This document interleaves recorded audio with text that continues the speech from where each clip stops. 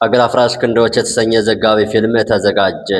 ገዢው የብልጽግና መንግስት ቡድን በአፋር ነፃ መሬት የሚገኙ የነጌታቸው ረዳ ታጣቂዎችን ምን መናገር እንዳለባቸው ለቀናት ልምምድ እንዲወስድ ካስደረገ በኋላ ሰሞኑን በወልዲያና በአካባቢ የማረኳቸው የህወሓት ታጣቂዎች ናቸው በሚል እንዲሁም በውጊያ ከተገደሉ ፋኖዎች ኪስ የተገኘ በሚል በፎቶሾፕ የተሰራ መታወቂያ ጨምሮ አገር አፍራሽ ክንዶች የተሰኘ ዘጋቢ ፊልም አዘጋጅተው ጨርሰዋል።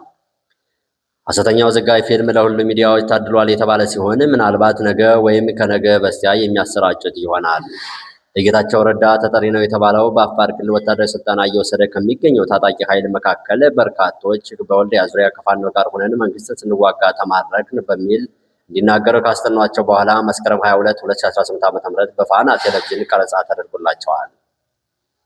ስለሆነም ነገ ወይም ቀጣይ ባሉ ቀናት ሀገር አፍራሽ ክንዶች የሚል ዘጋቢ የበሬ ወለድ ፊልም ይተላለፋል።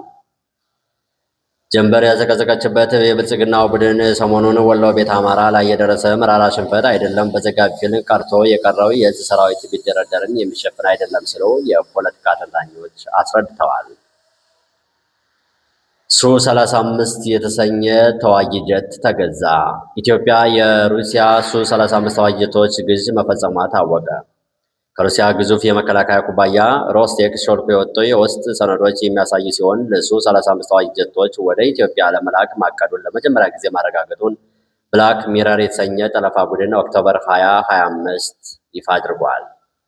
ሾልኮ የወጣው የደብዳቤ ልውውጥ እንደሚያሳየው የሮስቴክ ቅርንጫፍ የሆነ የሩሲያ ራዲዮ ኤሌክትሮኒክ ቴክኖሎጂ ኮንሰርን ኬአርቲ ለኢትዮጵያ የተመደቡ 16 ሱ-35 አውሮፕላኖች ቁጥጥርና ማሳያ ስርዓቶች እንዲያመርት በ2022 ትዕዛዝ መቀበሉን ይፋ ያደረገ ሲሆን ኢትዮጵያ 16 ሱ-35 ጀቶችን ለመግዛት ማዘዟን ገልጿል።